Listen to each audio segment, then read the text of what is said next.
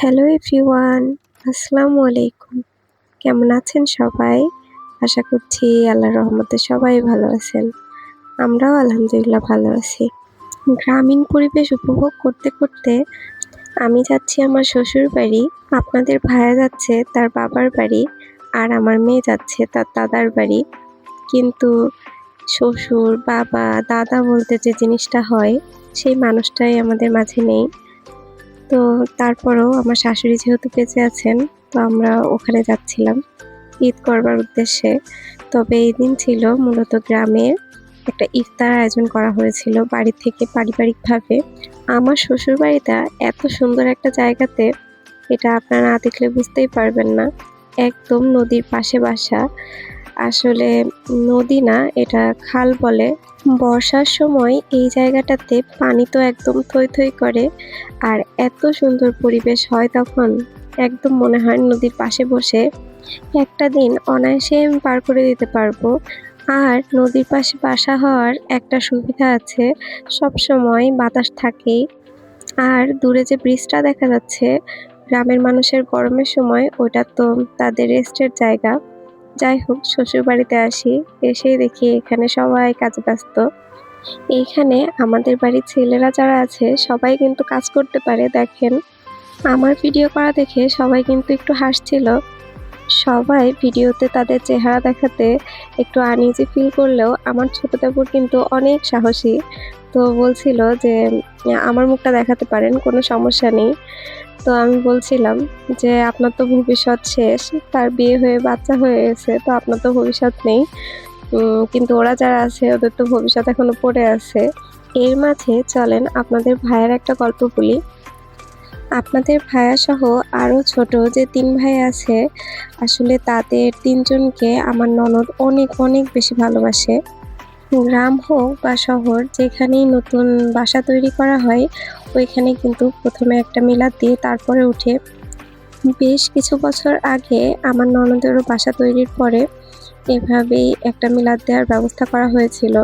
তো আপনাদের ভাইয়া তখন গুজরাটি একজন ইউটিউবারের রান্না দেখতো, যেখানে প্রায় ৮-১০ জন মানুষ মিলে রান্না করে, আর তারা বলে আর এত ইজিভাবে করে। আপনাদের ভাইয়া ভেবেছিল যে ও মনে হয় পারবে। তো আমার ননদের কাছে যখনই বলেছে যে আপু আমি রান্না করব, আমার ননদ এক কথায় সাড়া দিয়েছেন, তার আদরের ভাই বলে কথা।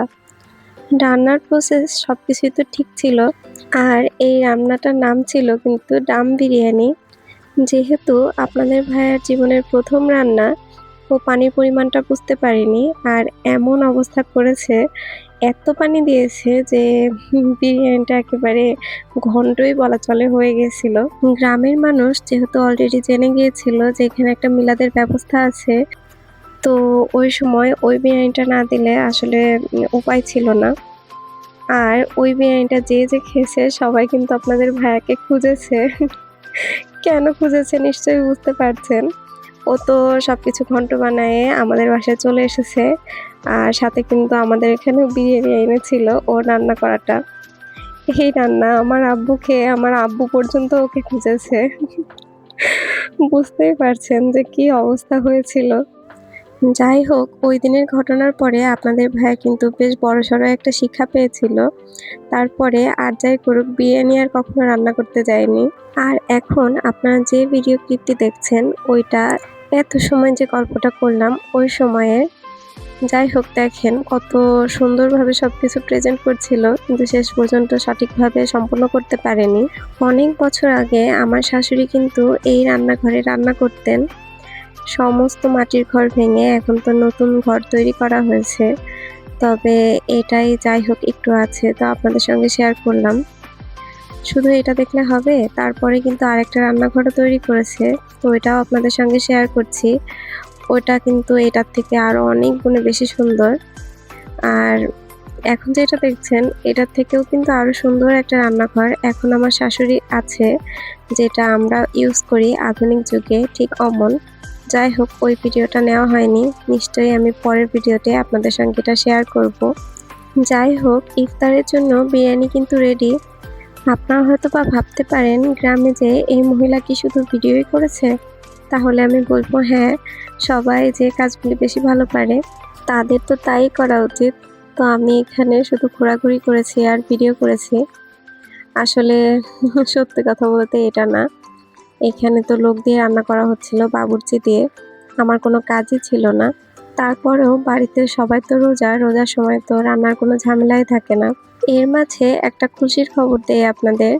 আমি লাস্ট ভিডিওটা ছাড়ার পরে দেখলাম অল্প কিছুদিনের মধ্যেই মানে ২-১ দিনের ভিতরেই আমার প্রায় ৮ থেকে ১০ টা সাবস্ক্রাইবার বেড়েছে। কিভাবে বেড়েছে তা তো আমি নিজেও জানি না। কেউ হয়তোবা ভালোবেসেই সাবস্ক্রাইব করেছেন। তো আপনাদের কাছে আমি অনেক বেশি কৃতজ্ঞ আর আমি অনেক খুশি। ভিডিওর এ পর্যায়ে এসে আমি আরেকবার আপনাদের কাছে পুরনো রিকোয়েস্টটা করে নিচ্ছি। আমার ভিডিওটি যদি আপনাদের কাছে ভালো লেগে থাকে তাহলে অবশ্যই আমার চ্যানেলটি সাবস্ক্রাইব করবেন। আর যারা ফেসবুক পেজ থেকে আমার ভিডিওটি দেখছেন তারা চাইলে আমার পেজটি ফলো দিয়ে রাখতে পারেন। এতে করে আমি ভিডিও ছাড়া মাত্রই আপনাদের কাছে নোটিফিকেশন পৌঁছে যাবে। বিরিয়ানি রান্না তো করা শেষ, এখন প্যাকেট করবার পালা। এখানে বাম সাইডে আপনাদের ভাইয়া প্যাকেট করছেন আর ডান সাইডে এটা আমার দেবর, তিনিও পাশাপাশি হেল্প করছেন। আর ওরা তো একদিক থেকে প্যাকেট করে পাঠাচ্ছে আর এদিকে সবাই ওই প্যাকেটের মধ্যে আরো কিছু খাবার দিয়ে প্যাকিং করে রাখছে। বাবা কষ্ট করছে, এটা কি মেয়ে কখনো সহ্য করতে পারে? দেখেন আমার ছোট মেয়েটাও এই ভালোবাসাটুকু বুঝে ওর বাবাকে একটা করে প্যাকেট আগায় দিচ্ছিল যাতে ওর বাবার কষ্ট একটু কম হয়। গ্রামে যাবার পর আমার মেয়ে তো অনেক অনেক খুশি, তার কারণ সে তার বান্ধবীকে পেয়েছে। আসলে এটা হচ্ছে আমার ননদের মেয়ের মেয়ে। তো ও কিন্তু আমার মেয়ের থেকে বয়সে বড়। সমবয়সী হবার কারণে ওদের বন্ধুত্ব কিন্তু খুব ভালোভাবেই জমে গেছে।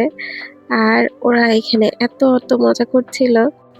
আমার শ্বশুরবাড়ির ফুল ফ্যামিলি যদি আপনারা হিসাব করেন তাও 18-20 জন, তার থেকে বেশি ছাড়া কম না।